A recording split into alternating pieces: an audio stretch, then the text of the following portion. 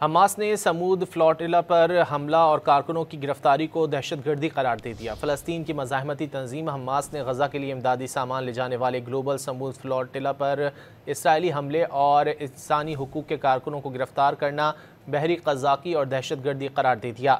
Hamas نے ایک بیان میں کہا کہ اسرائیل نے امدادی کشتیوں میں سوار کارکنوں اور صحافیوں کو نشانہ بنایا جو انسانیت کے خلاف جرم ہے، اور اسرائیل کے اس اقدام سے دنیا بھر کے لوگوں کا غصہ مزید بھڑک جائے گا۔ مزاحمتی تنظیم نے دنیا بھر سے اسرائیلی جرم کی مذمت کا مطالبہ کیا اور کہا کہ اقوام متحدہ اور عالمی برادری قانونی اور اخلاقی ذمہ داریاں پوری کرے۔ تنظیم نے مطالبہ کیا کہ کارکنوں اور امدادی کشتیوں کے تحفظ کے لیے فوری اقدامات کیے جائیں۔ حماس نے سمود فلوٹیلا پر حملہ اور کارکنوں کی گرفتاری کو دہشت گردی قرار دے دیا۔ فلسطین کی مزاحمتی تنظیم حماس نے غزہ کے لیے امدادی سامان لے جانے والے گلوبل سمود فلوٹیلا پر اسرائیلی حملے اور انسانی حقوق کے کارکنوں کو گرفتار کرنا بحری قزاقی اور دہشت گردی قرار دے دیا۔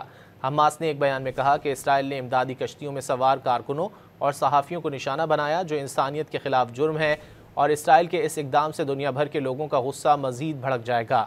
مزاحمتی تنظیم نے دنیا بھر سے اسرائیلی جرم کی مذمت کا مطالبہ کیا اور کہا کہ اقوام متحدہ اور عالمی برادری قانونی اور اخلاقی ذمہ داریاں پوری کرے۔ تنظیم نے مطالبہ کیا کہ کارکنوں اور امدادی کشتیوں کے تحفظ کے لیے فوری اقدامات کیے جائیں۔